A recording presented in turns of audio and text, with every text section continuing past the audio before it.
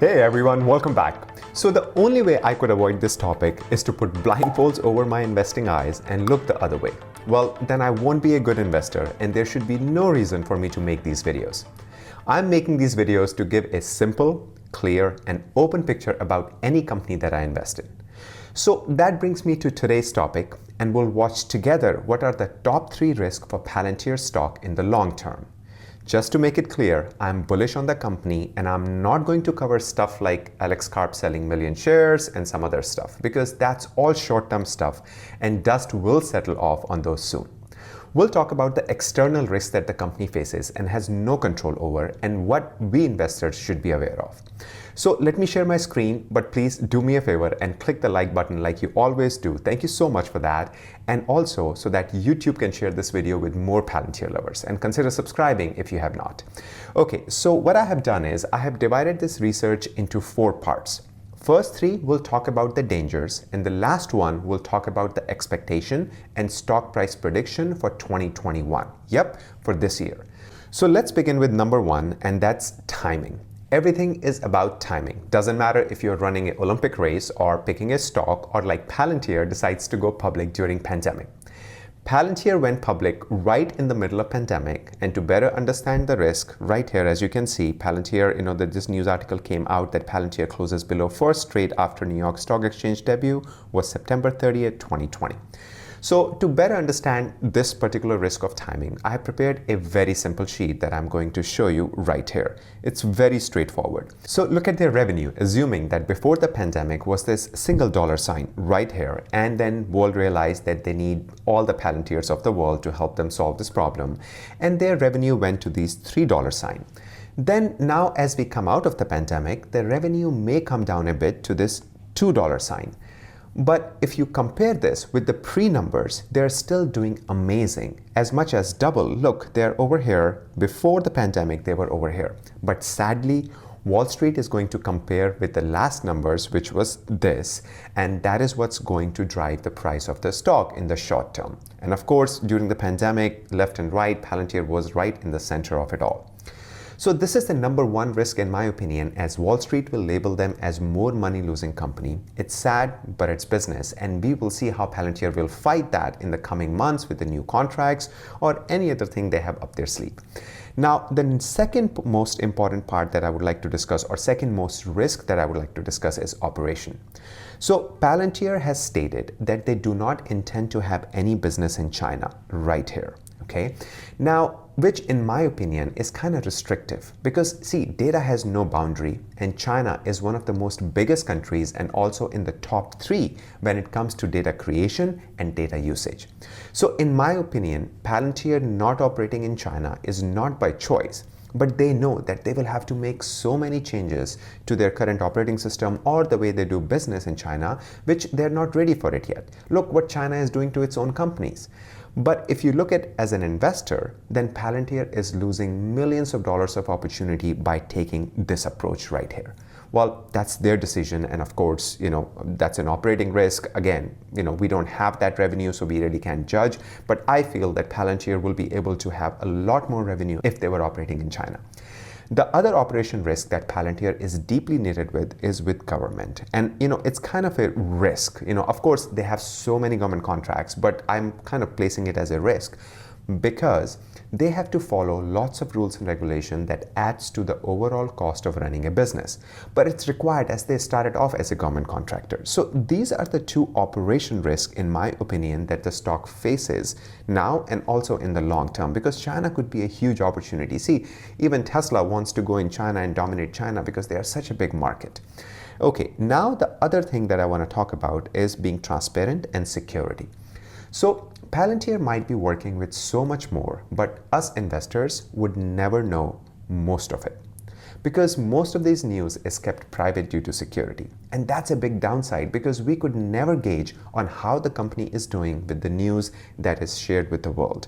If they have a record-breaking operating system, if they have a record-breaking, or I would say a mind-blowing feature, we would never know about it because those are the things that US security takes very seriously and they kept private because again, that's the IP of the US. And even though Palantir is a contributor in that, but we would never find that out. And that's kind of a drawback for investors. Another very important point I would like to bring it over here, which kind of goes around security, is that data security. You and I, we both know that millions of cyber attack happens every day on computers worldwide. It will just take one attack to make it through, and if Palantir fails to protect against that attack, then we will see a big downfall on the stock because data is their bread and butter. And if they fail, then that will be a big fail for the investors. So that to me is a really, really big worry, again, because they are knitted in so many industries. It could not be Palantir's fault. It could be somebody else's fault. But because they are analyzing the data, they are mining the data, this could come and fall on Palantir that they fail to protect the data, which is huge in my opinion. So now we have discussed some of the major risks in my opinion. Let's take a look at the 6-month chart to see what are known support and resistance level, and where do I see the stock go from here till the end of the year. Okay, so here's a chart on your screen. So looking at the chart and the earnings coming up, I would say that the stock has very well kind of maintained that 20 to I would say around 25 in between that level for a long time. And I will show you another reason why I'm saying this. So as we know that Palantir IPO'd back in September of last year, they reached a record of $44. Then the earnings came out Q4 of 2020 and the stock took a downturn. Since that time, the stock, and of course the whole stock market, is kind of trading in the downtrend right here. They touched a low of 17, then Q1 earnings came, and then after that we have seen a little spike in the stock. Now, after that, around, I would say this was right around July that we saw another downturn in the price. And since then, the price has been trading at a very tight range of around $20 to $22 in between that most of the days. So if I look at the Bollinger Bands right here, anytime when we have traded this tight right here, there is an outbreak right here. See that? Like all of a sudden there is a breakout point. It could go lower or it could go higher. It can go either way. Now, if you pay attention to this, we have been trading in this very tight spot right here for a very long time now. And I'm talking about since March. So it's been like 5 months. Now, I'm not saying that there is a big breakout coming. Breakout is coming, but not very soon. And we could see this trend for another, I would say 2 to 3 months, where I could see the stock be like $18, $19 or a $20 price range.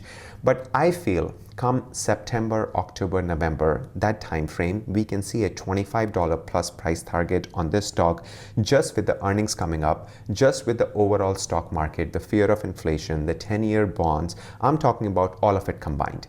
And I feel that we could see this stock close to $30 at the end of the year. Again, that's what the charts are telling me right now. And anything, of course, can happen between now and then. Market can completely change and we could see a $30 next month, or market could completely change and we could see $15 next month.